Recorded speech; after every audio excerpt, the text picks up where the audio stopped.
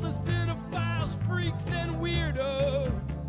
Tapeheads, ghouls, and ghosts love to tune in and listen to Psychotronic Coast to Coast. Skin Slip and Owen Neal are going to reveal their thoughts on movies that most people don't dare to watch. Gotta rotate my chair again. I'm starting to squeak. Psychotronic. I said to our intro that you're gonna sit probably. Psychotronic.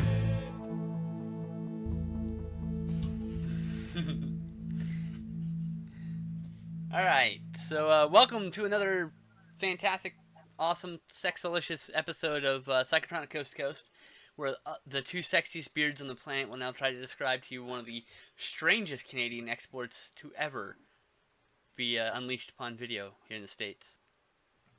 And I speak of the infamous, just the infamous. Yeah, there's no fame, just infamy. The Infamous Things from 1989. And this is not our first Canadian shot on video, not even shot on video, released on video film. In fact, this one was shot in Super 8 and 16mm, which, you know, the last one we watched was Phobe, which that one was not. That was shot on video. But this one was released on video, and so they decided to release the Video Master on DVD. Intervision, that is. That's the day. The royal day. And we watched this, didn't we, Owen? We did. My loyal and brave compatriot who braves the shit cesspool of terrible fucking movies every week with me. Nearly every week with me. There's some gems sprinkled in there. Yeah, Mutilations is great. I love Mutilations. I thought it was like the best shot on video film we've seen so far. I'm excited to get Murder Lust and Project Nightmare. Those are interesting ones too. That's down the road. Alright, so why don't you take us through this one, huh? No, I'll try.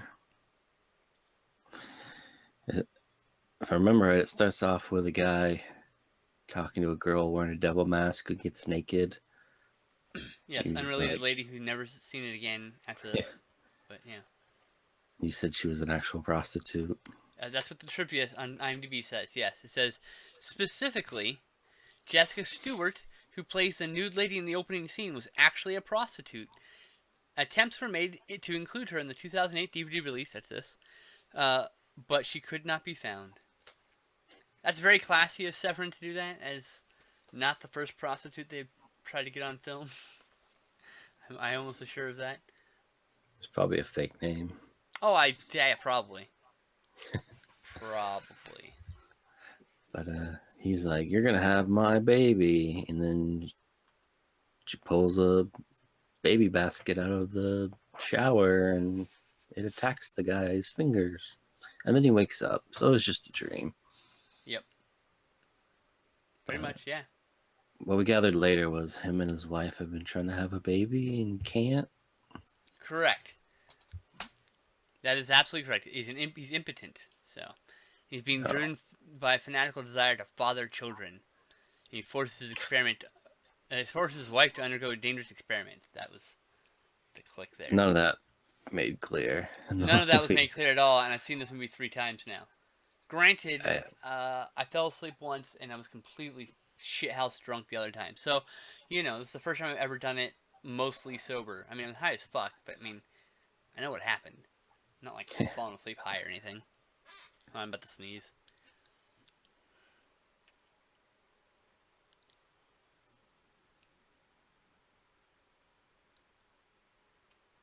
Or I just need to blow my nose. Hold on. I'm gonna have to cut that out regardless. Yeah, for those who don't know, this is not the final form of these. These is just our live recording sessions. Hence, there are often unprofessional manners, like as me blowing my fucking nose in the middle of the episode. He cuts that shit out of the audio. Usually, I hope. Unless it's funny. He just accentuates the nose blowing. It's like super fucking loud. I mean, that was gonna be the surprise episode of the supercut of nose blowing. Oh, hey, welcome, Electric Maestro and Fart Detective. Fart detective. That's a Yeah, good Fart name. Detective came in going, Psychotronic, da da da, da, and he goes, oh darn, I missed the sound, the intro. Yeah, sorry, buddy, you missed the intro. Alright, so we should get back on track. What were we saying? Where were we? Yes. Oh yeah, none of that was made in, because that was Shithouse Drunk, right? That's where we left off, right?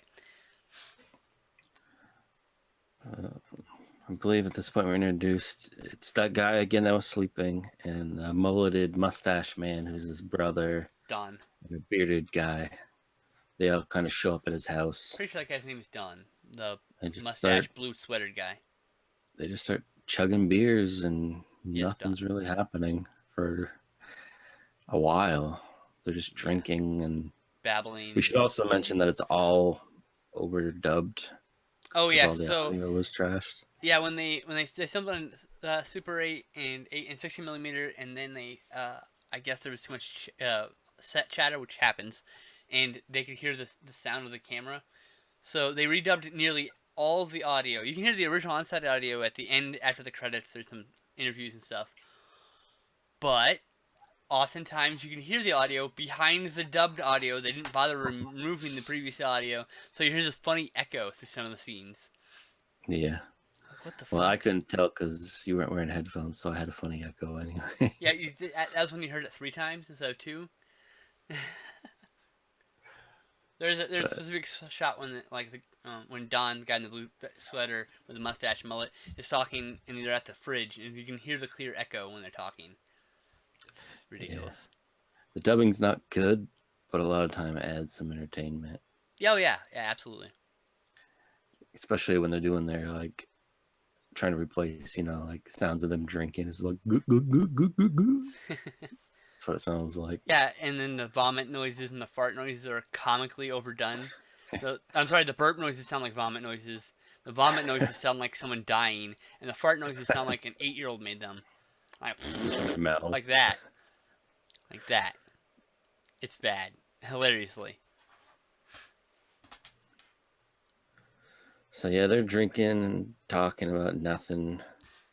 And then we were confused, but you figured it out, I guess, where it cuts to just some guy just like pulling eyeballs out of a man and He's doing pulling his guts experiments out and stuff.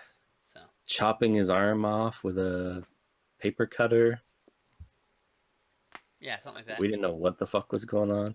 Because then it cuts back to them watching TV, and there's like a slasher movie on. Like Yeah, and the guy who plays Don plays the slasher in that. And I think part of that part, when taking the eyeball, I think that was part of the slasher sequence. I don't know. Instead of doing a commercial, instead of doing a dream, they just cut to them watching it on TV. I think is the idea. It's not super clear, but I think that was the intent. But Whether it didn't they really go achieved with that the or not, movie. another whole other Because thing. the movie they were watching was a guy killing people with a hammer, and it was called like Groundhog Day Massacre. Yes. So there really wasn't any torture in it. So I don't know. I guess it's one of those things you got to look at the doctor that comes in later and then go back to that scene and see if it's the same person. Right? Yeah. Like I said, it's not the most clear cut thing on film. So. Then there's a bunch of more scenes of them drinking and nothing happening. And it goes on and on and on. They're babbling about pretty much everything but anything of use or interest. And then you finally hear a scream from the other room, which apparently the guy's wife was there the whole time. And a giant ant bug-like thing crawls out of her. She's dead. I mean, like, it's the best gore in the whole movie. She's, like, covered in blood. It's crawling out of her shirt. It looks all gross and cool. And then the rest of the movie, you're like, oh, they're just weird rubber bugs wrapped in old stale bread. Okay. Like, This is where I literally got wrapped in old confused. stale bread. Because I assumed they didn't see the bug come out. Because afterwards, like, she's dead. And they just go back in the kitchen and drink beer and do nothing. So I didn't think they saw the bug come out. Nope, But apparently they just they chilled did. in another room until later. A bunch of blood falls out of the ceiling onto the guy. And he gets mad because he doesn't want blood on him. Takes his shirt off, cleans himself up. They sit down and they drink again. Yep. Yeah, that's the movie for you. Oh man. Oh god, when he shoves the guy in the bathroom. Anyway, we're not there yet, but can't wait. And then the bearded friend is the only one that wants to actually go for help, but he kind of just disappears. Like you don't see him like I'm gonna go for help. He just just walks away from the disappears. scene in the middle of the scene. They talk. All three of them are sitting there at the table, and then they shot an additional parts of that scene without all the other actors, so it kept doing like close-up shots of the other two actors, and then at some point the other guy was just gone. And we're supposed to believe that while they were talking, the other guy left, which is just weirdly shot. And they just kept drinking. He's sitting there shirtless, and there's drinking and more Yeah, drinking. he's inexplicably without a shirt suddenly. Like he just it would cut away to something, and cut back, and he didn't have a shirt on. Like a few minutes later. No, we saw him take the shirt off. Did we? Yeah, he I'm took the okay. bloody shirt I off. must have missed the bloody shirt removal. I thought he wiped It's more blood like off him and later. put a shirt back on. When he just shows up in the basement with a shirt on. Yeah, that's pretty much this movie. But yeah, they do eventually like, hey, where'd he go? Oh, maybe he went to get help.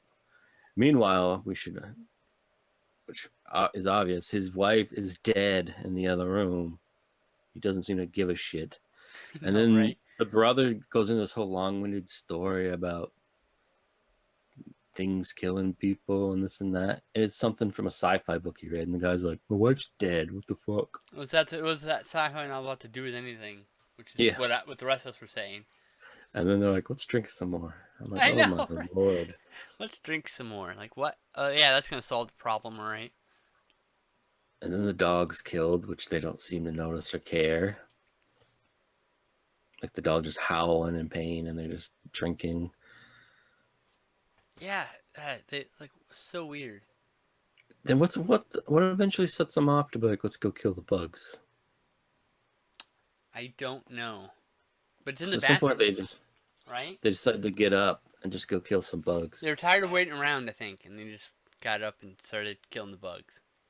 They killed one, and then they just searched around for a while in a weird montage. In the world's longest hallway. I mean, it's And not they as killed long as the hallway in Sledgehammer, which we'll have to slog through at some point, but still. And then they kill some more, and then they don't want to go in the basement, which has all these weird, creepy drawings all over the wall. So I thought maybe, I mean, you've seen it, so you would have known, but I thought maybe they had a mutated child in the basement. No, it's just creepy, unexplained shit, dude. But they do eventually go in the basement because they can't find any more bugs. And there's a bunch down there. Of course, And they were waiting.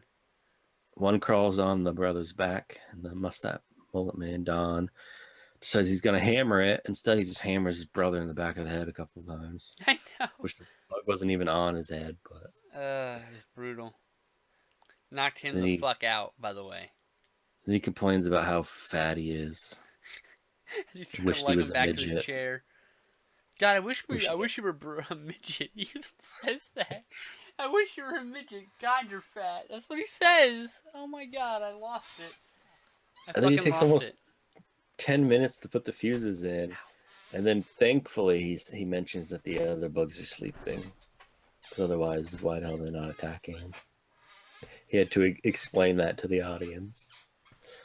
They're sleeping over there. But he eventually drags his brother Yeah, upstairs. he literally says, thinking he's we're so lucky they're sleeping over there. Like, literally, that's the line. Does he thinks his brother's dead, doesn't he? Even though he brings him upstairs. Yeah, he thinks he's dead, yes. He's And then he's lugging his not. corpse upstairs. And then as he reaches for a beer, one of the bugs chews 3 of his fingers off. And then brother like burns his hand and wraps it in paper towel, and then he drops dead. So he died anyways. Yeah, like, What's he goes going into on over shock and, like, dies, I guess. It's weird. It doesn't make any fucking sense. So he shoves him in a closet so he doesn't have to look at him. I guess that was the idea. He hides them under the floorboards so that in the closet so that the bugs don't eat him. Almost got it. And then he gets a drill, goes around drilling some bugs until he somehow bends the plug on it. Oh, shit. I hit the wrong button. Hold on, guys.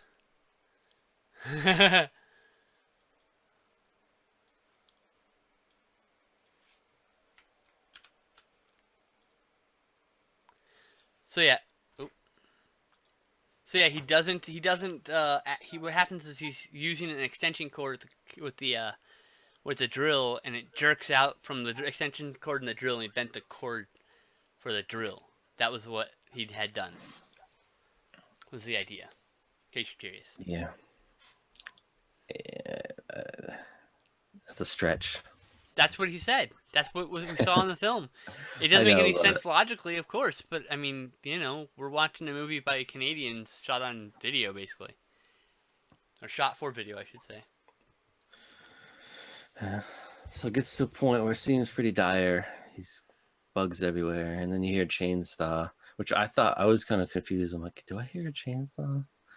I wasn't sure because the audio is so bad, but oh yeah. The bearded guy returns with a electric chainsaw. Yeah, I don't know where he plugged it in, but he came in with it and just started chainsawing everything up. Yeah, pretty much. At some point, they notice the woman is gone now. There's just a skull. Yeah. Oh, here's my favorite line. The entire fucking movie. Are you ready for this? They ate Susan. They ate her to the skull. Delivered just like that. They ate her to the skull. And when he was lugging his brother upstairs, he said, "Oh no, that's later. Sorry, continue." Well, there is one point where he sees the brother in a chair who looks fine, but he's not there. Yeah, he's like hiding in like another room. Like, you're okay? Your hand? What? And then it was like a hallucination or whatever. Was that after the friend died, the bearded guy? No. Because at some point he falls asleep for a little bit. That was when he was asleep, I think. And then he wakes up. So anyways, the bearded guy's helping him, being a hero. And then Mullet Man, asshole, just shuts him in the fucking bedroom when his thing becomes unplugged and lets him die. Oh, no, he shoves him in the bathroom. No, you're thinking of the doctor. Oh, right. That was a great moment, though. We're not there yet. Damn it. No. Yeah, okay, yeah. He left his friend to die. I forgot. I forgot about that completely. He keeps yelling like, "Take me to the doctor. Oh, right. Grab all my pieces. There's one over there and one over there." And then he opens the door and it's just like a skull with gunk on it. That was after. No, that's when he delivers this line. He goes, "I've lived with the dead in New York City, but this is ridiculous." Oh my god. That's probably the funniest part of the whole movie. He's just yelling. He's like, "Grab the pieces. It's over there." And then he opens the door and it's the skull. It's the skull talking. "I'm still alive. I'm still alive." And then he shuts the door and he's like, "You asshole." You asshole is great. Fucking dying of laughter during that moment. It's the best moment of the film. And then he kind of just goes back to the kitchen. And then he hears a door knock, I assume. I don't remember. And he opens it, and it's the doctor, and he blames him, and he brings him around to show him all the bugs, and everything's gone. And the doctor, apparently, the actor could not stop smiling, because he just always had a shit-eating grin on his face, like he's trying not to laugh.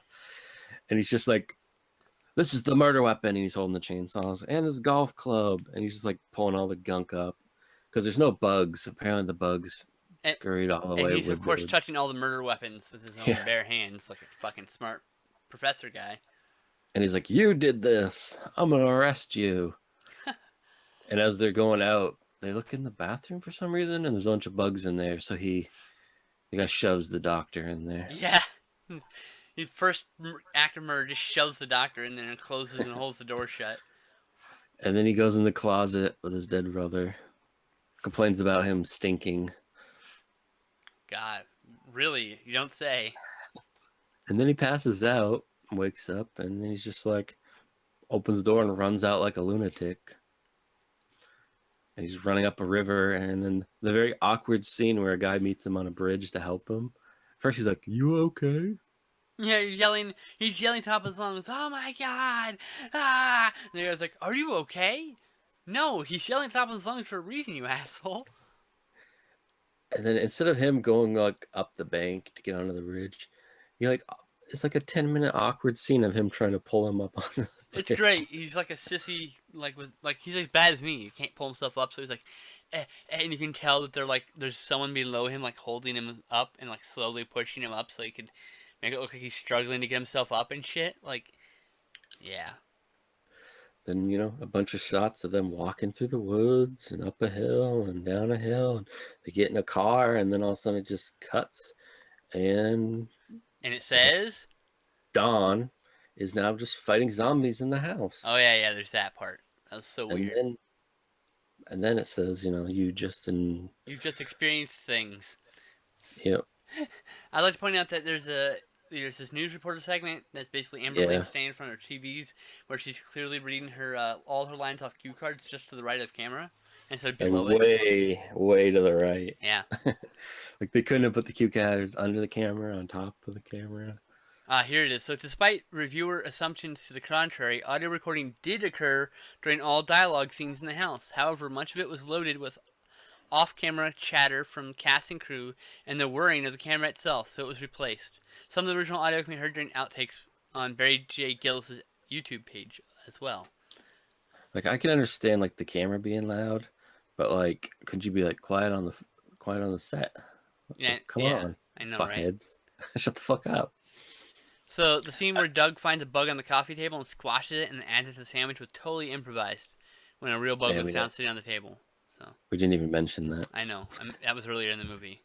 He's playing prank on his brother by making him eat bugs, and he just ate it like it was delicious. Yeah. Which I thought the sandwiches just looked like two pieces of bread. It was, like, no. basically. I think there was like a slice of meat in there. So Barry J. Gillis says that the budget was $350,000, but like it's actually more like $40,000, and that he admitted that Amber Lynn was only included in her to sell VHS copies, and it was done after principal photography, which is obvious. Yeah, because it kept cutting to her doing news stories, and it had nothing to do. It wasn't like giant bugs are taking over Canada, or it was just about the two brothers. And why they were in the cabin, basically. In the woods, and hiding out. That was it. Yeah, it just kept cutting to it for no reason. It's not a good movie. It is one you should watch with alcohol with your friends, or weed, or both with your friends. Because, and a lot of friends, and your funniest friends. You gotta have good, funny friends for this movie. While it's funny by itself, it's not funny enough to carry you through the whole movie. So you gotta get some funny friends that can make some good goddamn lines about this movie. So yeah. Do you have any thoughts about it? I'd give them props on their props and their bugs. Yeah, the effects are pretty cool for being bread. Literally bread covered in bug parts, prosthetic bug parts and shit. But yeah, I don't know. I was zoning out. There was too much just of them not doing anything. See, I give it a 2 out of 5 though, because those fucking funny moments are great, just really great. So. It's almost like the Legend of the Forest Ranger movie, where the only part I really laughed at was the guy's overacting of him dying. God, I think this might even be better than that movie though, but just. Yep. Maybe. I'm just talking about where that one ranger was dying and he was yelling stuff. It's gonna get worse. It just reminded me of that.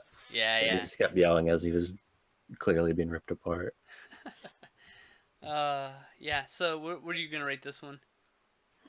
I'd give it a 1. Do you recommend it at all? Only if you like shit. There you have it. My recommendation is bring friends, obviously. Alright, so we're watching Cocaine Wars, you said, next week, right? Yep. Which is... I believe it has one of the Duke boys in it. Well, let's look at it real quick. The blonde Duke. I never remember his name. Bo Duke? I don't remember. I mean his actual name. Cocaine. I think this was supposed to be the vehicle that was going to make him like a movie star. So this is directed by Hector Oliveira, who also did Barbarian Queen, Wizards of the Lost Kingdom, Night of the Pencils? Never heard of that one. What's the Rebellion guy's name? Patagonia. Two to Tango? That was another Another notable one. A bunch of other movies. Yeah. What's the guy's name in it? Good question. None of the actors are listed. It's great. Hilarious. So there you go. Your answer is but Bo Duke, whoever Bo Duke is.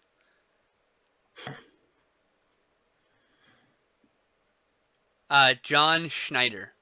Yes, that's it. He went on to do a bunch of sci-fi movies, sci-fi channel movies. Oh, really? That's cool. 2000s.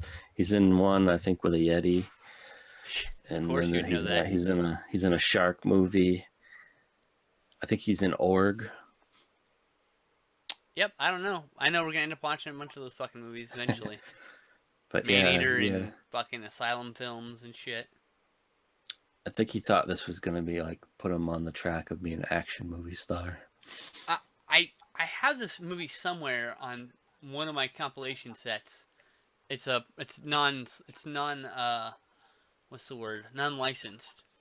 Yeah, I don't know if it ever came out besides VHS. Yes, it did. It got a Blu-ray from Code Red. Ooh. Yeah, you can get over at, I believe, Twilight Time's website and Twilight Time's website. Screen Archives Probably website. spend it. Yeah, it's like $26 if you really want it. So I guess we'll see if I really want it, huh? Yeah. All right, so yeah, we're watching 1985's Cocaine Wars next week. So. Isn't it like him with his shirt opened? Yes. Shooting a gun. Yep, in a field below him. Yeah. All right, so that's it. We'll see you guys next week. Take it easy.